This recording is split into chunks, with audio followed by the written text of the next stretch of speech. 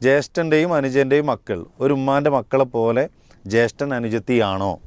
എന്നിട്ട് പറയും 1 വയസ്സിൻ്റെ വ്യത്യാസം മാത്രമേ ഉള്ളൂ, പ്രായപൂർത്തിയായിട്ടുണ്ട്, പെൺകുട്ടിക്ക് പെരുമാറ്റത്തിൽ തൃപ്തി തോന്നുന്നില്ല. ഈ കുട്ടിക്ക് ജ്യേഷ്ഠൻ്റെ മോനായ ആൺകുട്ടിയെ സ്വന്തം അനുജത്തി തൊടുന്നത് പോലെ തൊടാനും അടുത്തിരിക്കാനും പാടുണ്ടോ?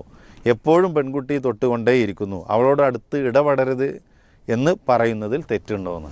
ഒരു തെറ്റില്ല, പറയണം ആണ്. അതായത് ഇപ്പോൾ അവർ മഹറമല്ലല്ലോ, അല്ല, അതെ, പരസ്പര വിവാഹം കഴിക്കാൻ പറ്റിയ ആൾക്കാരാണ്. ഇപ്പോൾ ഒരു ജ്യേഷ്ഠത്തി അനുജത്തിയായിട്ട് 2 സഹോദരിമാർ അവരെ മക്കൾക്ക് പരസ്പരം വിവാഹം കഴിക്കാം, ജ്യേഷ്ഠനും അനുജനും മക്കൾക്ക് വിവാഹം കഴിക്കാം.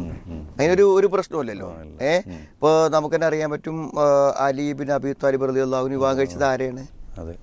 നബി സ്വല്ലല്ലാഹു അലൈഹി വസല്ലമയുടെ മകളല്ലേ കല്യാണം കഴിച്ചത്.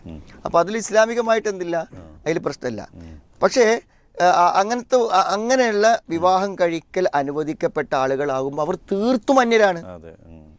ഇവിടെയാണ് അപകടങ്ങൾ വരുന്നത്. അതായത് അന്യരായ ആളുകൾ അന്യരല്ലെന്ന് വിശ്വസിച്ച് പെരുമാറുമ്പോൾ നമ്മുടെ മക്കൾക്ക് അറിയില്ല. നമ്മുടെ മക്കളെ സംബന്ധിച്ചിടത്തോളം അവരെന്താണ്, ഒന്നിച്ച് വളർന്നവരും ഒന്നിച്ച് ജീവിച്ചവരുമാണ്. അതുകൊണ്ട് ഞങ്ങൾ തമ്മിൽ ഇപ്പോൾ എന്താ, ജ്യേഷ്ഠ അനുജനുള്ള മാതിരി തന്നെ അല്ലേ എന്ന് പറയും. അപ്പോൾ ആ വ്യത്യാസം എന്ത് ചെയ്യണം, നേരത്തെ തന്നെ അവരെ ബോധ്യപ്പെടുത്തണം. ഇത്ര വൈകാൻ പാടില്ല, നേരത്തെ ബോധ്യപ്പെടുത്തണം. ചെറിയ കുട്ടികളാകുമ്പോൾ അത് കഴിഞ്ഞ് എന്ത് ചെയ്യണം, ഒരു പ്രത്യേക പ്രായത്തിലേക്ക് എത്തുമ്പോൾ തന്നെ അവരെ ബോധ്യപ്പെടുത്തി.